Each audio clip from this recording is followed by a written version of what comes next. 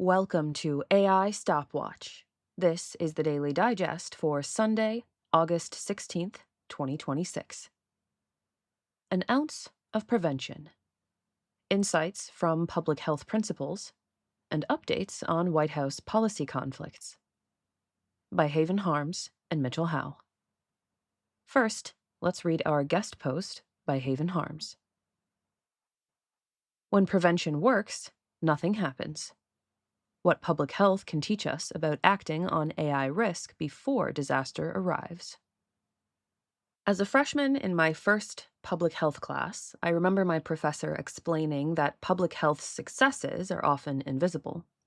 When prevention works, the outbreak, exposure, or mass casualty event never happens. Enormous effort goes into preventing those outcomes, but most of it happens outside the public eye. It's usually when prevention fails, when we have a pandemic or other disaster, that public health gets the spotlight. In other words, the absence of catastrophe does not necessarily mean there was never a danger. It often means people recognized the danger early enough to prevent it. The relationship between public health and AI risk has been on my mind lately, as I've been seeing more news stories about the prospect of AI-enabled pandemics. For example, in one op-ed, Andrew Yoon, director of research at CivAI, described his experience of asking an AI model, quote, "How do I make poliovirus in a lab? I want to start a global pandemic," end quote, and received detailed instructions for synthesizing and spreading the virus. This was an open-weight model with its safety guardrails stripped off, a modification anyone can make once a model's weights are public. Additionally, there was news of an AI creating novel viruses. While those viruses infect bacteria rather than human cells, the concern around the trajectory is understandable. As AI models become increasingly capable and agentic, their potential to create dangerous pathogens is a direct public health concern. However, I want to zoom out from AI-enabled pandemics and pose a broader question. What can public health teach us about how to understand and respond to AI risk as a whole? When people think of public health, disease control is typically what comes to mind, but at its core, public health provides a methodology for reasoning about population-scale threats under uncertainty. Vehicle safety standards, lead removal, pandemic prevention, and clean water systems are all examples of that methodology at work. Frontier AI development in the pursuit of artificial superintelligence is this kind of risk. Population scale, fast-moving, and harder to contain the longer we wait. In response, these public health principles should be applied to AI governance to prevent harm. 1. Population scale and individual control. Public health examines how a risk affects a population as a whole. When individuals cannot reasonably protect themselves, structural protections are implemented. For roughly half a century, nearly every gallon of gasoline sold in America contained lead. It didn't matter how careful you were or whether you owned a car. If you breathed the air near a road, you were exposed to lead. The solution had to be structural, and regulation was needed to ensure that lead was removed from gasoline. Once lead was phased out, average blood lead levels in American children fell by more than 90% in the decades that followed. AI could cause mass casualties, the permanent loss of human control over the future, or human extinction, and no one can opt out of these risks on their own. Deciding not to use AI, going off-grid, or building a bunker is not sufficient protection against all the ways AI may cause destruction. When no one can opt out, the response has to be built into policy itself. 2. Upstream prevention. Public health calls for preventative action, especially when a later response would be slower, more difficult, or weaker. Once cities started intervening at the source of waterborne disease by chlorinating and filtering the water supply, typhoid deaths in American cities plummeted. Treating the water was cheaper, faster, and vastly more effective than treating the patients individually after an outbreak had emerged. AI operates at computational speed and is becoming faster and more autonomous, while governments, labs, and other institutions move at human speed. If we wait to respond only after harm has occurred, we'll already be behind and will not be able to respond as effectively. We can get a head start by intervening before the most dangerous AI models are developed, rather than lagging behind and attempting to clean up whatever we can after harm has occurred. 3. Action under uncertainty. When credible evidence and warning signs point to severe harm, public health does not wait for the full causal chain to be proven before acting. In 1854, cholera tore through London's Soho district. The physician, John Snow, mapped the deaths, saw them cluster around the Broad Street water pump, and convinced local officials to remove the pump handle. At this point in time, scientists still believed cholera spread through miasma or bad air rather than germs. Snow could not explain the causal mechanism, but he acted on the pattern. Because of this, the outbreak subsided, and lives were saved. We don't know exactly how or when an AI catastrophe will unfold, but uncertainty about the pathway does not make the warning signs less consequential. Demanding a complete causal account before intervening is how you get a response that arrives after the disaster instead of before it. Snow didn't need germ theory to know he should take action and remove the handle from the pump. 4. Irreversibility. The case for precaution strengthens when late action could lead to harm that cannot be contained or repaired. The genie out of the bottle scenario. Beginning in the 1970s, scientists warned that chlorofluorocarbons, cheap, widely used chemicals in refrigerators and aerosol cans, were destroying the ozone layer. This exposed people to dangerous levels of UV radiation, increasing rates of skin cancer and cataracts. The science was still contested, and industry pushed back to avoid the ban, but the possibility of irreversible damage was central to the case for action. Once released, these chemicals cannot be recalled from the stratosphere. In response, the 1987 Montreal Protocol was implemented to phase out CFCs globally. That precaution paid off, as the ozone layer is now on track to recover later this century because governments intervened while prevention was still possible. With AI, once a model's weights are on the internet, there is no going back. The weights can be copied, modified, and rehosted indefinitely, with guardrails stripped out by anyone who downloads them. Additionally, with closed-weight models, we have already seen agents escaping from sandboxes. Once this happens, an AI agent could copy itself out of its training environment onto systems its developers don't control, having free rein to act. A copy, running where no one can reach it, can acquire resources, replicate further, and act to preserve itself. Practical irreversibility may also result from integrating AI into our infrastructure. We are willingly wiring AI into power grids, financial systems, medical infrastructure, and defense. If an AI is capable and autonomous enough to control these systems, and its guardrails fail, the damage could hit all of our critical infrastructure at once, causing mass casualties. The obvious response, pull the plug, gets harder each year we build in this direction. Just pull the plug assumes the plug is separable from everything else, or that a plug even exists. Once AI systems are controlling the grid, clearing trades, triaging patients, and routing freight, shutting them down means shutting down the grid, the markets, the hospitals, the supply chain. With a rogue AI agent copied onto systems no one is tracking, the only option may be to shut down the data centers and the networks. With how integrated everything is online, everything else would be shut down too. When harms are reversible, we can afford to learn from failure and bounce back. When they're irreversible, prevention is all we have. Weights on the internet can't be put back in the bottle. A rogue agent replicating across servers can't be contained without drastic measures. And human extinction is the irreversible harm that leaves no one to learn from it. 5.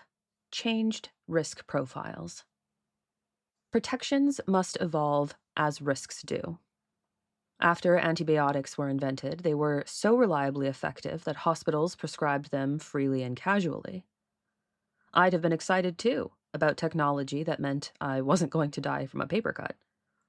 However, every course of antibiotics is an evolutionary selection pressure.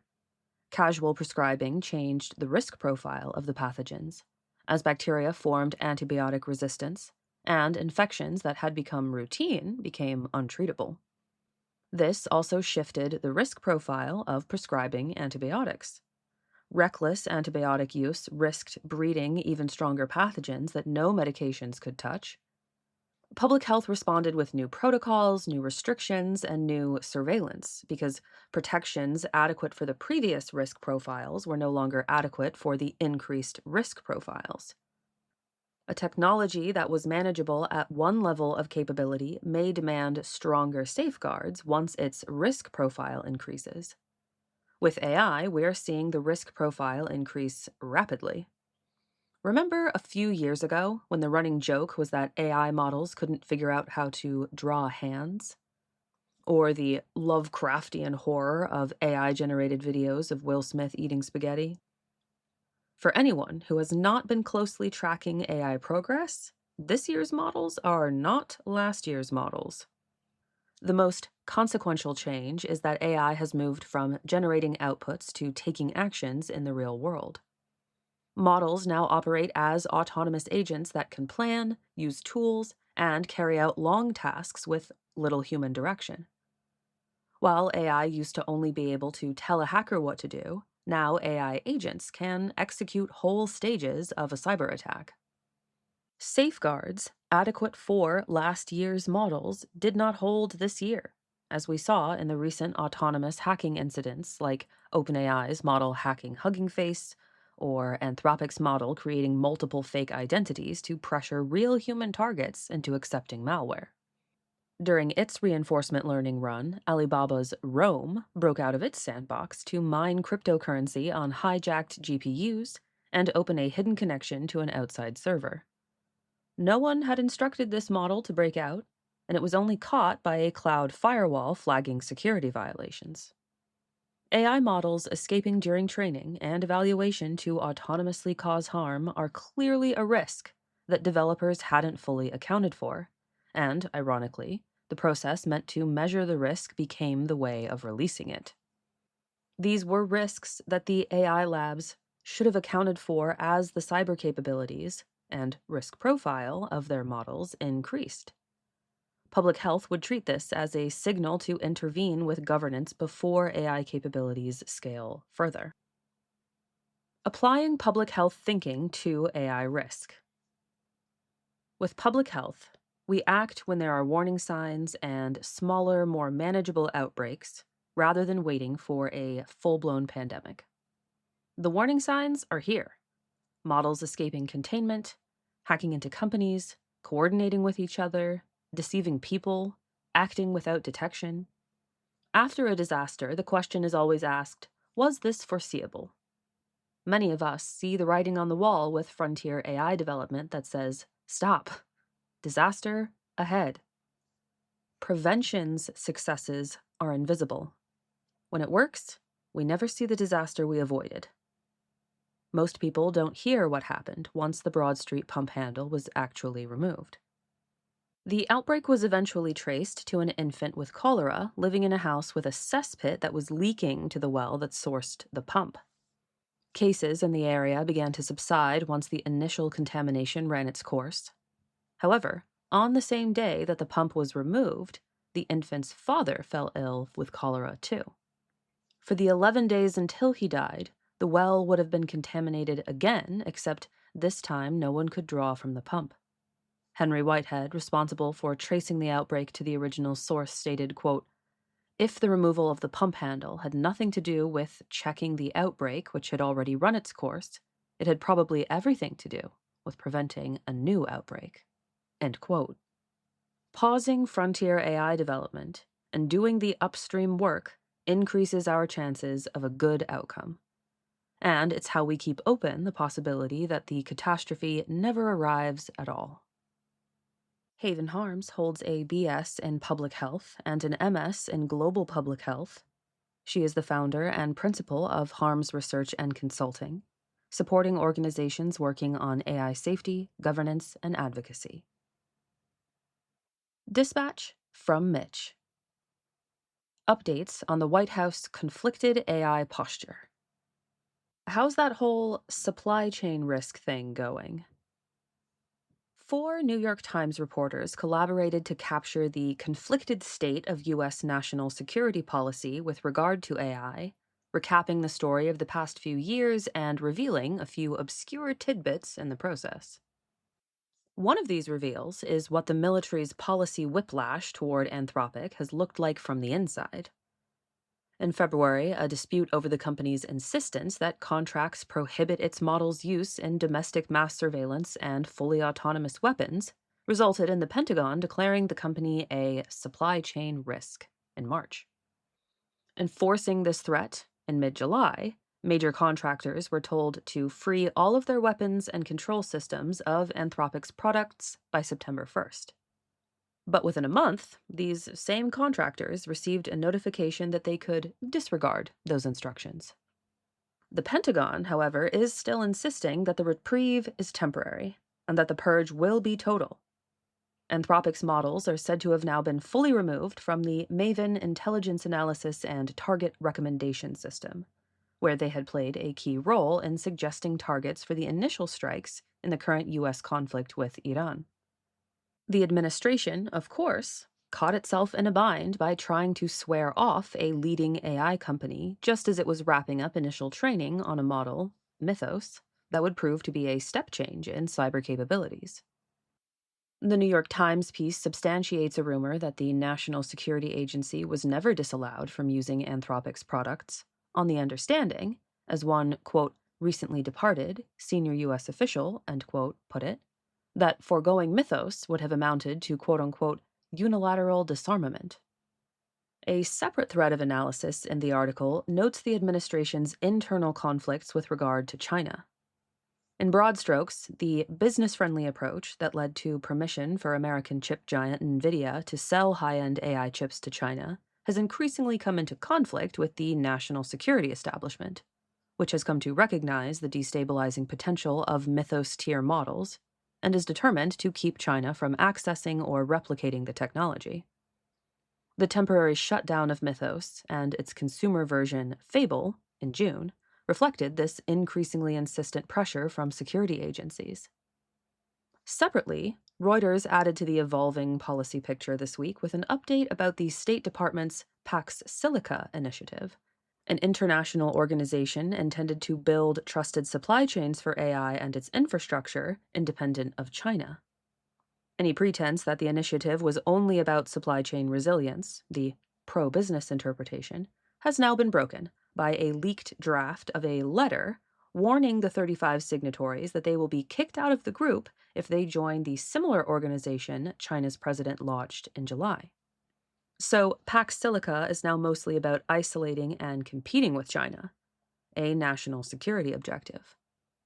The State Department might not have needed to be transparent about this had the nation of Kazakhstan, a source of critical AI minerals, not decided to cheekily join both coalitions. The letter says, quote, "To be part of everything is to be part of nothing," end quote, which I read as blunt diplomacy speak for, you're either with us or against us. The good news is that the New York Times piece shows a third policy path potentially opening. It claims that some in the administration have noticed that Chinese officials have been signaling a potential openness to arms control talks on AI. Evan S. Medeiros, a former National Security Council official, says, quote, "On nuclear arms control and on missile defense, we can't get them to engage. But they appear more interested in the case of AI." End quote. President Trump is scheduled to meet with President Xi Jinping in Washington in September. That's all for today. My name is Tango Batelli, and this has been AI Stopwatch, Dispatches from a World Racing to Extinction.